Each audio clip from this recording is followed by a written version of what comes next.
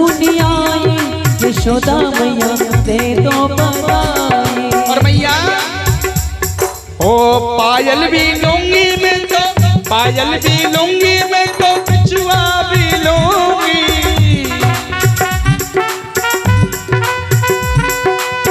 पायल भी लूंगी मैं तो, बिछुआ भी लूंगी। पायल भी लूंगी मैं तो, बिछुआ भी लूंगी। तगड़ी की दे तो गड़ाई यशोदा मैया दे दो बधाई। लाला जन्म सुन आई यशोदा मैया दे दो बधाई।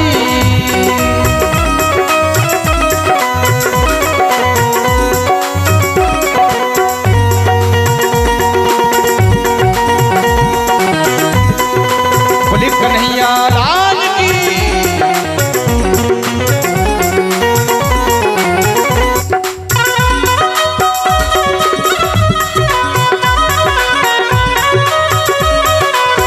दे तेरी मैया बधाई, दे तेरी मैया ओ, दे तेरी मैया बधाई, दे तेरी मैया ओ तेरी गोद में आयो लाल। बधाई दे तेरी मैया ओ झूले अंगना में नंदला। बधाई दे तेरी मैया।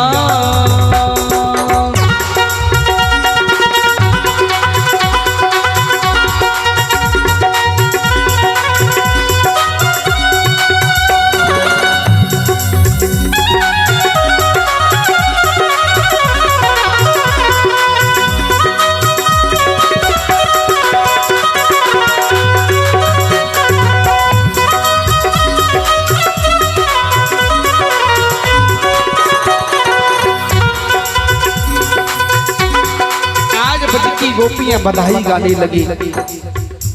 दूर दूर से महाराज आज बाबा को बधाई दे रहे हैं।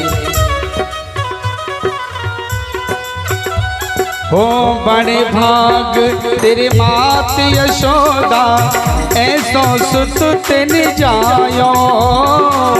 बड़े भाग तेरो हे यशोदा, ऐसो पुत तेने जायो।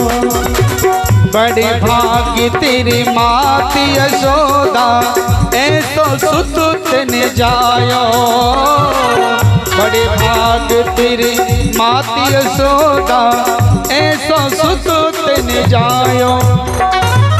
मेरो इष्ट जगत को स्वामी तेने गोद खिलायो। मेरो इष्ट जगत को स्वामी तेने गोद खिला। हो तेरी गोद में आयो लाल। बधाई दे तेरी मैया।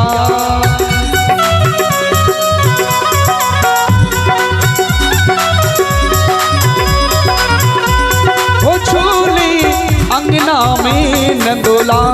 बधाई दे तेरी मैया। बोले नंद के लाला की। आज ब्रज में भगवान का जन्म हुआ। सारे ब्रजवासी बधाई दे रहे हैं। लाला के जन्म की खुशी सारे ब्रज मंडल में फैल गई। सुखदेव जी महाराज ने दर्शाया प्रचित ब्रज मंडल में एक ढाड़ी रहता था। ब्रज मंडल में एक ढाड़ी रहता था, जिनको महाराज ब्रज मंडल में ढाड़ी के नाम से जानते हैं। सबके समाज का अलग अलग होता है। कहीं कहीं ढाड़ी के नाम से जानते हैं, कहीं जगह के नाम से जानते हैं, कहीं भाट के नाम से जानते हैं, कहीं पोथी पढ़ने वाले के नाम से जाने जाते हैं।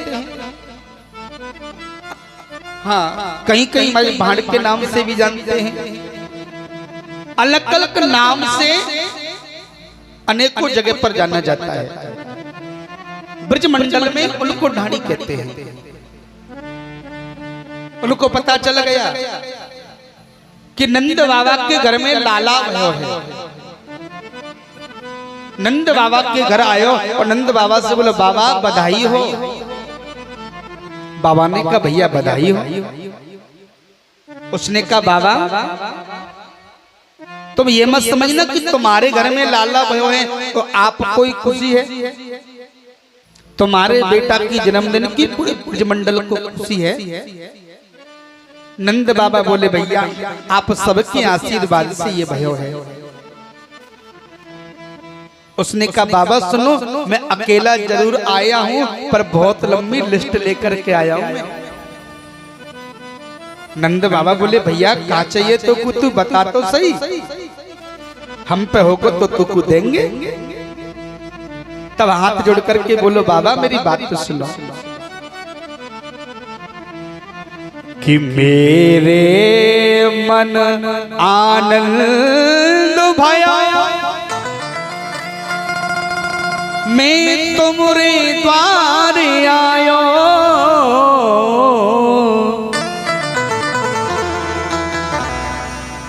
अपने अपने मन को मतो मुझ सब परिवार पठायो। मैं लिस्ट लेकर के आया हूं बाबा कि पिता कहे नंद राय सो जाकर मेरे लाल आशीष दीजो। 200 भैंस दूध मन मन की मेरे काज लीजो। मेरे पिताजी ने कही नंद बाबा के लाला को आशीर्वाद दियो और नंद बाबा से 200 भैंस दूध की मांग करके दान में लाना।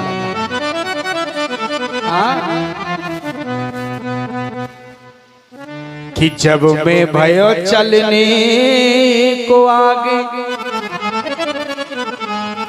ता पीछे बोले जेठे भैया।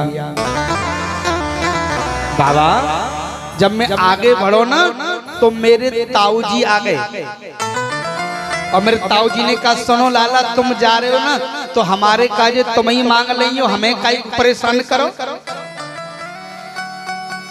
कि जब मैं भयो चलने को आगे ता पीछे बोले जेठे भैया और मेरे काजे लइयो लाला सुगर 700 गैया। मेरे ताऊ जी ने 700 गैया दान में मंगाई है। और बाबा एक बात बताऊं, माता कहे धई धर आगे। मेरी माँ ने कहा कि सुन बेटा मेरी सीख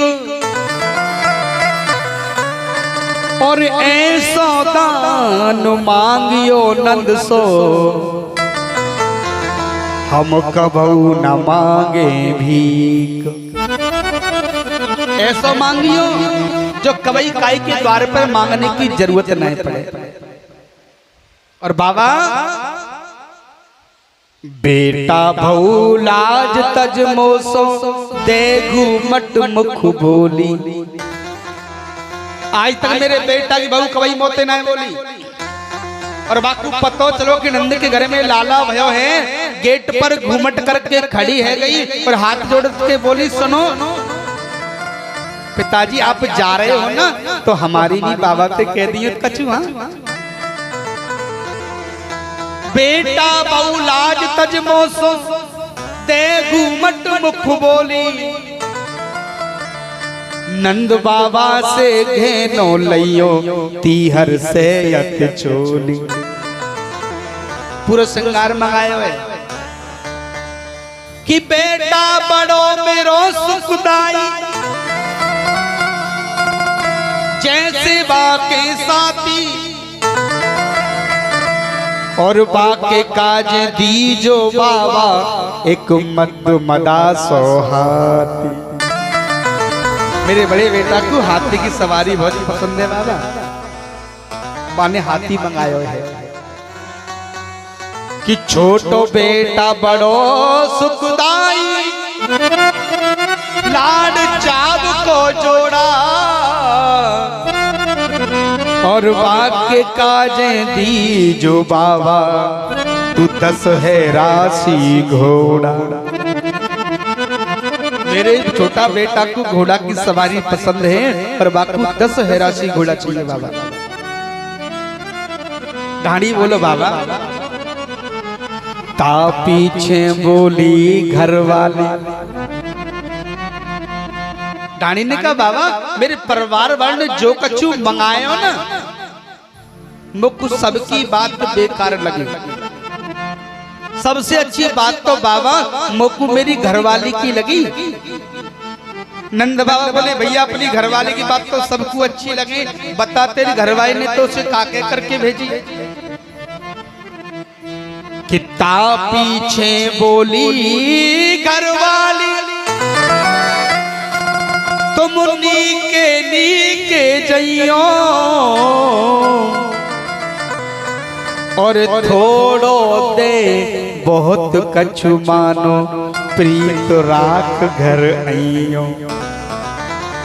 मेरी पत्नी ने कहा सुनो, तुम जान तो रहे हो, ये लिस्ट लेकर के बाबा को लिस्ट पढ़ा दियो पूरी पहले, और बाबा से कछु जिद मत करियो, जो कछु बाबा दे ना चुपचाप से लेके चली आइयो। हम चाहे हमारा और बाबा को प्रेम हमेशा बनो रहना चाहिए। ढाणी बोले वाह कितना चतुर है रे तू है। पहले तो पूरी लिस्ट पढ़ा रही कि बहू ने गहनों मंगायो है, छोरा ने हाथी मंगायो है, छोटे बेटा ने घोड़ा मंगाए हैं, पिताजी ने भैंस मंगाई है, ताऊ जी ने गैया मंगाई है। पहले तो पूरी बात बता दी, और फिर करो जो दे सो दे दो। सुनकर बात नंद ढाणी की, तूने अनप मनोरथ कीनो,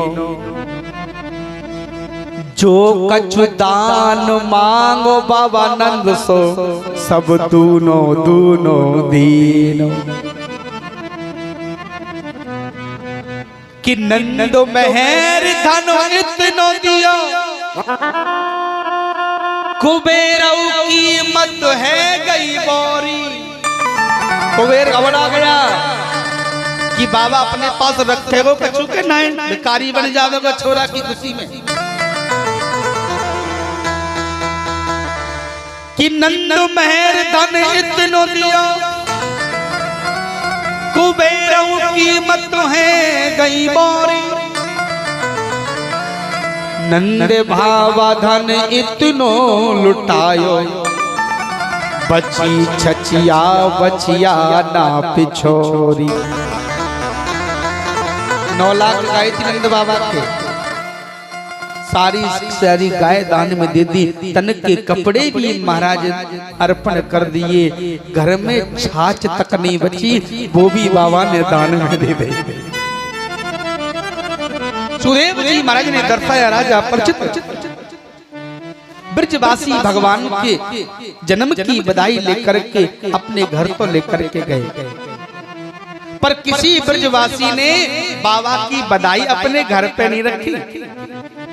बाबा ने जो कछु दियो घर लेकर के गए, थोड़ी देर घर में रखो, फिर मन करो लाला को दर्शन करने तो चलो ना। अजी खाली हाथ कैसे जाएंगे? नंद बाबा के लाला भयो है, बधाई तो बने ना। तुरंत का काम करो, जितनो बाबा ने दियो अपने घर में ते और सवायो कर लियो। बाबा ने 1 दियो सवा कर लियो, बाबा ने 10 दिए तो सवा कर लिए। महाराज सवायो करो, और सवायो करके बाबा के पास गए और भगवान के ऊपर नौछावर करी, और बाबा से बोले बाबा ये हमारी तरफ से तुम्हारे बेटा को बधाई है। बाबा को तो भंडार भर गए हो महाराज, अब कुबेर घबरा रखूं तो रखूं कहां। ब्रजमानंद बरस रहा है महाराज। सुखदेव जी महाराज लगी परिचित ढाणी ने आकर के लाला को आशीर्वाद दियो। ब्रज में एक वृद्ध माता की, ध्यान देना, एक रसिक संत की भावना है। भागवत में ये नहीं लिखा है, ब्रज में एक मैया रहती थी, ऐसा संत बताते हैं। कि बहुत से लोग पूछते जी ये कथा भागवत में कहाँ लिख के थोड़ा बताओ, तुम साफ साफ क्लियर करके चलते। एक रसिक संत बताते हैं कि ब्रज में जब लाला भयो ना, तो ब्रज मंडल में एक 95 साल की मैया रह गई। बाकू पतो चल गो कि नंद बाबा के घर में लाला भयो है। अब खुशी तो घर में है मैया की। अब मैया की हमारे शादी को बहुत समय 95 साल की उम्र अम्मा की। अब मैया को पतो चली कि घर में भाई लाला भयो है, खुशी के मारे फूली नींद समाई, लकड़ियां हाथ में लेके छम छम करती घर में गई। और मैया को जो 80 साल पहले जो लकड़ी की संदूक मिली शादी में, पहले लकड़ी के बक्सा मिलते थे, और मैया ने अपने संदूक को खोलो और मैया ने वहां से अपने 85 गज को लहंगा लेकर जो पहले की जो माताएं थी ना 80 85 गज कपड़ा को एक एक लहंगा सिम्मा में। हाँ, और कपड़ा भी इतना मोटो कि सर के ऊपर ढक दियो जाए तो दीवार में वाली इस तरह टकरा जाए, कछु नजर नहीं आवे। हाँ, पहले बड़ी मर्यादा थी महाराज। आजकल की बहुआ दी पहरा दियो जाए ना तो घर से बाहर निकलने में 4 पटक तो कम से कम खा जाएगी। हाँ, एक एक लहंगा में कम से कम 12 14 15 किलो वजन होता था महाराज। इतना वजन तो लहंगा का ही था। ऐसी महाराज मर्यादा थी पहले। आजकल के जैसे थोड़ी है वो 100 ग्राम की साड़ी ले आए। हाँ, मच्छरदानी वाली चल रही है ना आजकल। हाँ, मच्छर कहीं ज्यादा लगते हो तो बस ओढ़ के सो जाओ, मच्छर नहीं खाएगा। पढ़े लिखे लोग नेट बोलते उसको। हाँ, पढ़े लिखे लोग नेट बोलते। घूमट किया तब भी कोई मतलब नहीं, और नहीं किया तब तो मतलब है ही नहीं। हाँ, पहले बड़ी मर्यादा थी महाराज। सुदेव जी महाराज ने बताया परिचित मैया से श्रृंगार करने में थोड़ी गलती हो गई। अब मैया को थोड़ा कम दिखाई देवे, आंखन से लगाने को काजल वो तो मैया ने होटन से लगा लिया, होटन को सामान आंखन से लगा लिया, और मैया छम छम करती ब्रज में पहुंच गई। कहाँ? यहाँ सारे ब्रजवासी माखन मिश्री के लड्डू बना बना करके एक दूसरे में फेंक फेंक करके मार रहे हैं। आज भी हमारे नंदोत्सव जब होता है ना तो माखन मिश्री के लड्डू बना बना करके एक दूसरे में आज भी फेंक करके मारे। और जैसे मैया पहुंची माँ तो जोर जोर से जयकारे लग रहे नंद के आनंद भाइयों। आज मैया ने आवाज लगाई, अरे लाला ये हल्ला काई करो का भयो। और जैसे मैया ने कही का भयो, एक ब्रजवासी ने ऐसा लड्डू मारो फेंक के मैया के मुंह पे जाकर के पड़ो। आधो लड्डू मुंह के भीतर आधो मुंह के बाहर, क्योंकि गेट पास बनो दांत तो अम्मा के एक भी है ही नहीं, जीवते चाट रही। ब्रजवासी ने पूछा का भयो? एक ग्वाल बोलो मैया तेरा मोमीटो है गो अब बिना पतो। अरे नंद के घर में लाला भयो है। मैया बोली अरे भैया ऐसो लाला तो रोज रोज हो करे, ऐसो लाला तो रोज रोज होवे, जैसे रोज रोज मेरो मीठो मोह है जावे। आज मैया ने जाकर के लाला को बधाई दी महाराज। जियो श्याम लाला, जियो श्याम लाला, ओ पीली तेरी पगड़ी रंग काला। जियो श्याम लाला, जियो श्याम लाला, पीली तेरी पगड़ी रंग काला।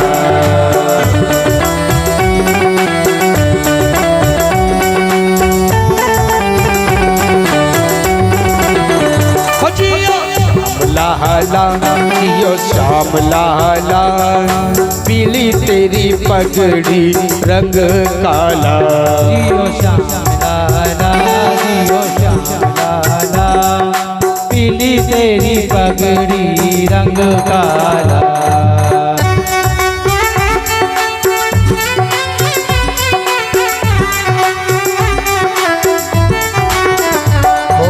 मथुरा से आए नंद लाला, मथुरा से आए नंद लाला, ओ मथुरा से आए नंद लाला। मथुरा से आए नंद लाला, ओ ब्रज गोपियों से पड़ गया पाला, ब्रज गोपियों से पड़ गया पाला, ओ ब्रज गोपियों से पड़ गया पाला, ब्रज गोपियों से पड़ गया पाला। हो जियो श्याम लाला, जियो श्याम लाला, पीली तेरी पगड़ी रंग काला। जियो श्याम लाला, जियो श्याम लाला, पीली तेरी पगड़ी रंग काला। जय हो।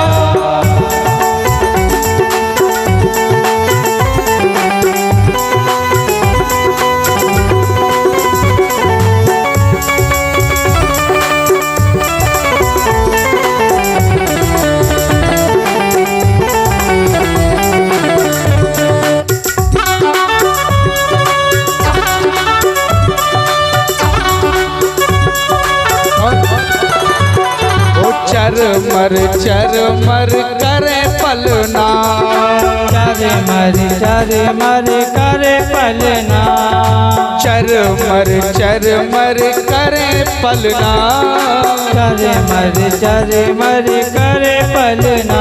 सब ब्रजवासी गाँव में जियो ललना, सब ब्रजवासी गाँव में जियो ललना, ओ सब ब्रजवासी गाँव में जियो ललना, सब ब्रजवासी गाँव में जियो ललना। जियो श्याम लाला, जियो श्याम लाला, पीली तेरी पगड़ी रंग काला। जियो श्याम लाला, जियो श्याम लाला, पीली तेरी पगड़ी रंग काला।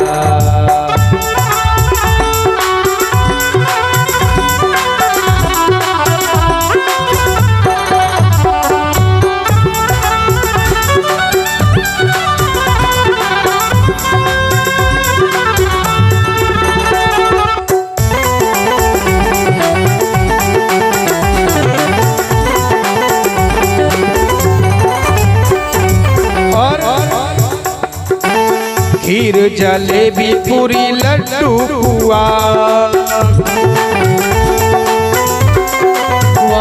और खीर जलेबी पूरी लड्डू पुआ, खीर जलेबी पूरी लड्डू पुआ। ओ मैया यशोमत घर आनंद हुआ, मैया यशोमत कर ये आनंद हुआ, ओ मैया यशोमत घर आनंद हुआ। जियो श्याम लाला, जियो श्याम लाला, ओ पीली तेरी पगड़ी रंग काला। जियो श्याम लाला, जियो श्याम लाला, पीली तेरी पगड़ी रंग काला। ओ जियो श्याम लाला, जियो श्याम लाला, ओ पीली तेरी पगड़ी रंग काला। जियो श्याम लाला, जियो श्याम लाला, पीली तेरी पगड़ी रंग काला। ओ पीली तेरी पगड़ी रंग काला, पीली तेरी पगड़ी रंग काला।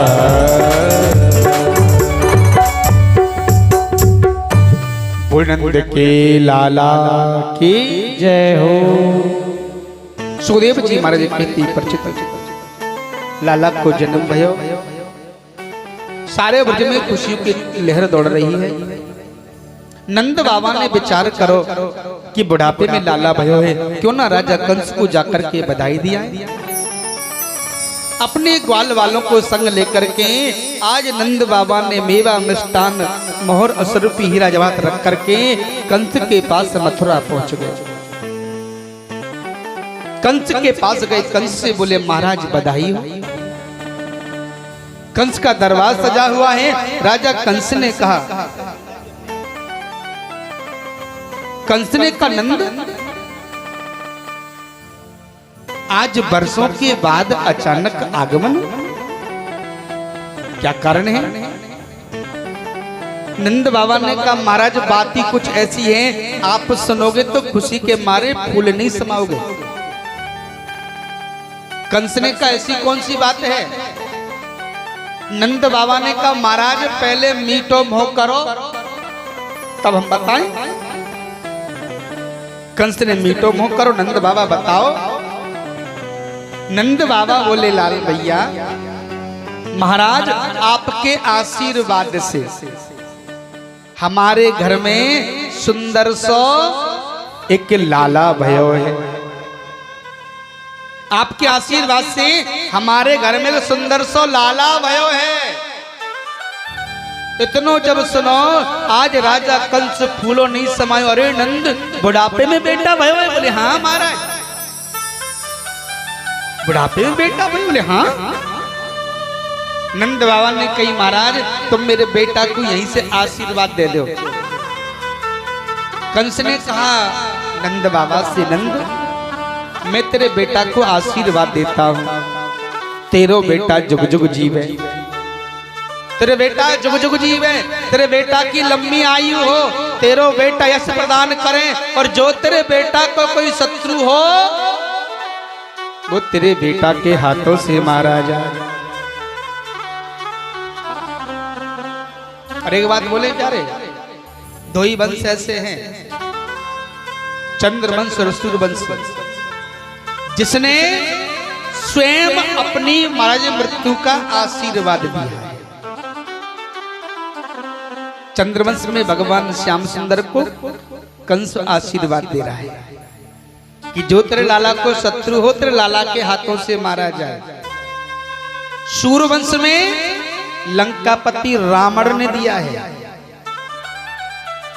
क्योंकि समय का थोड़ा अभाव था इसलिए नहीं कथा को सुना पाए। बड़ी विचित्र कथा होती है, वेदों की कथा है महाराज। जिस समय पर लंकापति रावण समुद्र के किनारे पर जब समुद्र की महाराज रामेश्वर की स्थापना हो रही थी, राम जी को ब्राह्मण नहीं मिला था ना, तो महाराज लंकापति रावण उस समय ब्राह्मण बनकर के गए हैं। लंकापति रावण ब्राह्मण बनकर के गए और जब पूजन पूरा हो गया तब राम जी ने जानकी ने आशीर्वाद जब लिया है ना, तो लंकापति रावण ने कहा राम जिस कार्य के लिए तुमने मुझे बुलाया है मैं आपको आशीर्वाद देता हूं कि विजय भव, विजय भव। थोड़ा समय का अभाव है पर दुनिया रावण को बुरा बताती है, पर रावण सहता पढ़ करके देखो। मैंने पढ़ा है, मेरा मानना तो यह है एक भी अवगुण कोई रावण के अंदर नहीं बता सकता, एक भी अवगुण कोई रावण के अंदर नहीं बता सकता महाराज। जो लंकापति रावण के बारे में लोग ने क्या क्या सोच करके बैठे हैं, मगर मेरे गुरुदेव कहते हैं ये अदरक गगरी छलकत जहावत। आधी मटकी में यदि आधी गगरी में पानी भर के आप ले जाओगे ना तो वो खुद तो महाराज छलकेगी पर तुमको भी भिगो देगी। आधा अधूरा ज्ञान जो होता है वो मानव के जीवन में उबाल लेता रहता है। जो संपूर्ण ज्ञान श्रवण करता है उसको मालूम पड़ता है कि रहस्य क्या है। हनुमान जी महाराज ने इशारा किया वहां पर, रावण को क्या डर गए क्या? जो पराजय स्वीकार कर रहे हो युद्ध होने से पहले।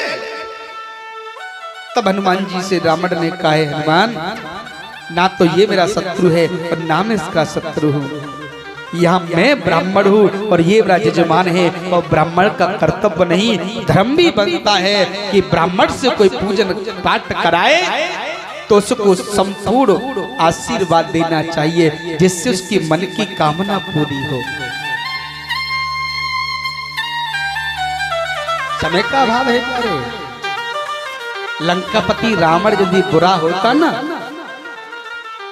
तो सीता का हरण होने के बाद में जिस समय पर रामेश्वर की स्थापना हो रही थी, आपको ज्ञात हो या ना हो महाराज, उस समय पर रावण के साथ में माता जानकी भी आई है।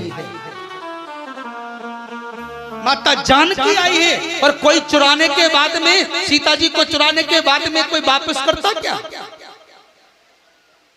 मंदोदरी साथ में लेकर के आई थी। बड़ी विचित्र कथा है। बहुत सारी कथा ऐसी हैं वेदों में जिन कथाओं से आज तक हम लोग अवगत नहीं हैं, माता कैकेयी की कथा है। कैकेयी को दुनिया गाली देती है, पर मैं कहता हूं टाल ठोकर कि कैकेयी की जैसी माँ ना तो भारतवर्ष में कोई दूसरी पैदा हुई है और ना जीवन में कभी कोई होगी। कैकेयी माँ का वो त्याग था कि अपने दूसरे बेटा के खातिर अपने पति को भी दांव पर लगा दिया। वो है माता कैकेयी। जब शास्त्र को पढ़ते हैं ना, जरूर नहीं कि राम कथा में ही राम की सारी बातें मिल जाएं, जरूर नहीं कि भागवत कथा में सारी बातें मिल जाएं, शिम्मा पुराण में सारी बातें मिल जाएं। जब सारी बात उनमें मिल जाएंगी तो फिर वेदों का क्या होगा? वेदों की जो कथा जब श्रवण करते हैं ना, रहस्य समझ में आता है कि वास्तव में राम का रहस्य क्या है, कैकेयी का रहस्य क्या है। बड़ी विचित्र कथा है प्यारे। सुखदेव जी महाराज कहते राजा परीक्षित, आज कंस ने आशीर्वाद दे दिया। नंद बाबा ने कहा महाराज आपको यदि इच्छा हो, आपकी आज्ञा हो तो हम वसुदेव से मिलिए। वसुदेव को नाम लियो तो कंस को दिमाग घूम गयो। अरे ये नंद वसुदेव के पास मिलने क्यों जा रहे हैं, कुछ ना कुछ तो गड़बड़ है। फिर कंस ने पूछ लिया नंद तेरो लाला भयो कब? नंद बाबा ने साफ साफ बता दिया, भादों की रात थी, कृष्ण पक्ष था, अष्टमी का था और रात के 12 बज रहे थे। कंस का दिमाग घूम गया। ये तो उसी समय की बात है जब योग वाया ने आकाशवाणी की थी, मैंने तो उसको विजय का आशीर्वाद दे दिया, मेरा शत्रु तो घर में पल रहा है। कंस ने कहा ठीक है जाओ, तुम जाके वसुदेव से मिलो। इधर नंद बाबा वसुदेव से मिलने गए, तुरंत कंस ने तत्काल बैठक सभा को जोड़ दिया। इमरजेंसी मीटिंग, तुरंत सारे सेनापतियों को, गुरुजन को, सबको बुला लिया और घोषणा कर दी कि मेरा शत्रु नंद के घर में पल रहा है, बताओ उसका वध कैसे हो। कोई सेनापति बोला महाराज ब्रजवासियों को मरवा दो, कोई कहता ब्रज में आग लगवा दो, कोई कहता सारे ब्रजवासियों को भगा दो। कंस के धर्म की बहन है, उसने कहा महाराज तुम्हारे शत्रु को मारना तो मेरे बाएं हाथ का खेल है, मैं अपने स्तनों से जहर लगा करके जाऊंगी और ब्रज में जो छोटे छोटे बच्चे मिलेंगे सबको अपना जहर पिला करके समाप्त कर दूंगी। जिसको लोग पूतना के नाम से जानते हैं, मगर वो अघासुर और बकासुर जो है उनकी बहन है, जिसका नाम है शास्त्रों में बकी। जिसको पूतना के नाम से जानते हैं ना, पूतना का नाम शास्त्र में बकी है। अहो बकी कालकूटम विषमाल नंद गोप सुता कृष्ण पूतना बाल घातनी। नाम है बकी, पूतना नाम बाद में पड़ा। कंस ने कहा देर मत करो, तुरंत अपने स्तनों से कालकूट नाम को जहर लगा करके गई और जो ब्रज में छोटे छोटे बच्चे मिले सबको जहर पिला करके समाप्त करती चली गई। देखो नंद बाबा के घर में ढोल नगाड़े बज रहे, सोचो के घर में कोई बालक भयो है और नंद बाबा के घर में घुस गई। यशोदा मैया से बोली मैया पामन लगू, मैया ने आशीर्वाद दियो, अरे बहन सदा स्वागन बनी रहो, दूधो ना पूतो फलो तो स्वाग अमर रे, चूड़ी हरी भरी रे। क्योंकि हमारे ब्रज में मैया 1 घंटा आशीर्वाद दें कम से कम। हाँ 1 घंटा आशीर्वाद आज भी दे में बहू ने, पर आशीर्वाद जब मिले जब सास के बहू कम से कम ज्यादा ना है तो 2 मिनट तो पैर ने दबावे कस के तब। अब झूठे माट को छीवे थे थोड़ी मिल जाएगी। और कितने लोग तो बाबूजी वहां बैठे यहीं से पैर छीने को आशीर्वाद थोड़ी मिल जाओ, मनते भले दे दो। यदि पैर छीने का संपूर्ण आशीर्वाद लेना तो ध्यान देना, कभी भी किसी के पैर छियो तो भले पूरे पैर मत छियो, मगर उनके पैरों के दोनों जो अंगूठा है ना उनको स्पर्श कर लो, आपको संपूर्ण पैर छूने का आशीर्वाद मिल जाएगा। बहुत से लोग पता क्या करते हैं, भगवान के पूरे मस्तक पर तिलक से पोत देंगे, ब्राह्मण को भी मस्तक पर तिलक लगाएंगे, संत को भी मस्तक पर तिलक लगाएंगे, एक बात बताएं, शास्त्रों का लेखे हमारे इतनी सामर्थ्य नहीं कि हम किसी संत के मस्तक को छू सकें। अरे उनके चरणों की धूल भी हमको मिल जाए तो हमारे लिए सौभाग्य की बात होती है महाराज। जीवन में कभी कोशिश करो कि द्वार पर कोई संत ब्राह्मण आए, उसके पैर छी करके उसके पैर के अंगूठे पर तिलक लगा करके उससे आशीर्वाद लो। जो आशीर्वाद तुमको वास्तव में मिलना चाहिए वो पैर के अंगूठे पर चंदन लगाने से मिलता है, ना कि उसके मस्तक को छूने से। हम कितने लोग भगवान के दरबार में फूल लेकर करके आए, पैरों में नहीं चढ़ाएंगे, उसके सर पे लेकर धरेंगे लोग, ठाकुर जी के मुकुट पे चढ़ा दो पहले। अब फूल मुकुट पे चढ़ाया जाता है क्या? अरे फूल की सेवा तो चरणों में होती है। भगवान के चरणों में माला फूल चढ़ाओ, गले में चढ़ाओ, चरणों में फूल चढ़ाओ, पर चरणों में नहीं चढ़ाओ, पहले सर के ऊपर रखेंगे, पहले भजन। बहुत सारी बातें प्यारे आजकल तो इतने टोटका बता दी कथावाचकों ने कि माताओं पर भोजन बनाने में जितना टाइम नहीं लगता जितना टोटका करने में लग जाता है। क्या बताए, तो कलयुग जैसे धीरे धीरे आएगा ना, अधर्म बढ़ता चला जाएगा, ढोंग की पूजा ज्यादा होगी महाराज। सुदेव जी महाराज ने बताया, राजा परिचित मैया यशोदा से बकी ने कहा, मैया मैं ब्राह्मणी हूं, मथुरा से आई हूं और मेरे पास में ब्रह्मा जी के दिए हुए 2 वरदान हैं। पहला तो यह है कि मेरे स्तनों से दूध निकलता है, और दूसरा जो बच्चा एक बार मेरा दूध पान कर लेता है ना, वो हमेशा हमेशा के लिए अमर हो जाता है। अब कौन मां नहीं चाहिए कि मेरा बेटा अमर ना हो? हर मां चाहेगी मेरा बेटा अमर हो, हर मां चाहती कि मेरा बेटा अमर हो जाए। मैया यशोदा ने कही, बहन एक काम कर, तू या कि धर्म की मां बनकर दाई बन करके सबसे पहले दूध तू पान करा दे। आज मैया तो काम में लग गई। आज बकी ने लाला को गोद में लियो, और गोद में ले तो लियो, तुरंत भगवान ने अपनी आंख बंद कर ली।